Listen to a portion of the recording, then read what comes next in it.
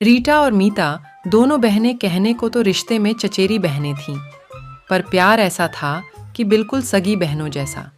शादी के बाद दोनों का रिश्ता देवरानी जेठानी का बन गया। फिर भी उनके रिश्ते में कोई फर्क नहीं आया। इसी बात के लिए उनकी सास माया बहुत खुश होती थी। तुम दोनों बहनों में इतना प्यार है कि सब तुम्हारी बहुत तारीफ करते हैं रीटा। मीता तुम्हारी देवरानी है, फिर भी तुम दोनों ने इस रिश्ते को भी कितने प्यार से संजो कर रखा हुआ है। ये देखकर मुझे बहुत खुशी होती है। थैंक यू माँ जी, बस आप हमें अपना आशीर्वाद दो कि हमारा प्यार ऐसे ही बना रहे। माँ जी, मैंने तो सच में पिछले जन्म में बहुत अच्छे कर्म किए हैं, जो मुझे रीटा दीदी जैसी बहन या फिर ये कहूँ कि जेठानी मिली है।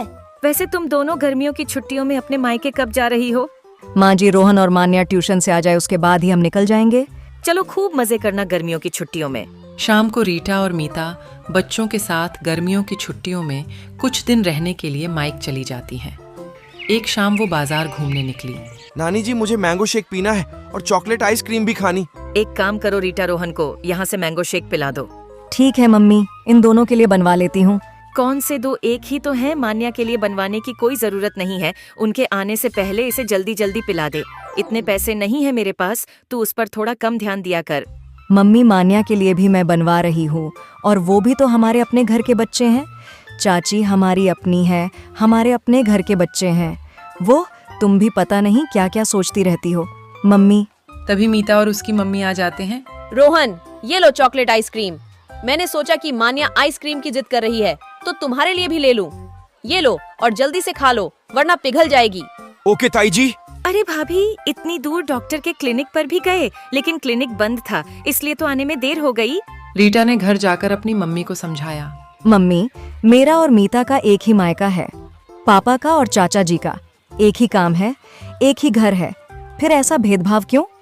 मम्मी, आपको पता है आपकी इन बातों का असर बच्चों पर भी पड़ेगा। तभी बाहर से बच्चों की लड़ाई की आवाज आती है। रोहन, ये बॉल मेरी नानी ने दिलाई है। तुम अपनी नानी को बोलो ना कि वह तुम्हें ऐसी बड़ी बॉल दिलवाए। मेरी बॉल मत छुओ रोहन। मुझे अपनी बॉल से खेलने दे। देख, मेरी नानी ने मुझे कितना सुंदर गेम दिलवाया है। नहीं नहीं, मैं तुझे अपनी बॉल नहीं दूंगी। ठीक है, मैं भी तुझे अपनी नानी का दिया हुआ गेम खेलने ही नहीं दूंगा। मैं जा रहा हूँ। मैं भी अपनी नानी जी को बोलता हूँ कि वो मुझे ऐसी बॉल खरीद कर दें। मम्मी, बच्चों में भी वही भेदभाव आ गया जो आप करते हो। वो भी अपनी नानी, मेरी नानी कर रहे हैं। मम्मी, मीता और मैं दोनों बहनें एक दूसरे को बहुत प्यार करते हैं। मैं नहीं चाहती कि हमारे बच्चों में भेदभाव हो। रीटा की बात शायद उसकी मम्मी की समझ में आ गई थी, इसलिए जब रीटा और मीता वापस ससुराल आई तो रीटा और मीता दोनों बहनों ने अपने बच्चों में चेंज देखा। पता है दादी जी, हमारी दो नाना नानी है। मान्या की नानी भी हमारी नानी है। हाँ, और छोटी नानी ने हमें ये गिफ्ट दिया। अरे वाह, तुम सबकी तो दोनों नानी ने बहुत अच्छे अच्छे गिफ्ट दिए हैं। अब तो तुम सबके मजे हैं। तुम्हारी दो नानी जो है। बच्चों की मीठी मीठी प्यार भरी मासूम बातें सुनकर रीटा और मीता दोनों की आंखें खुशी के आंसुओं से भर आती हैं, और दोनों देवरानी जेठानी यानी दोनों बहनें एक दूसरे के गले लग जाती हैं।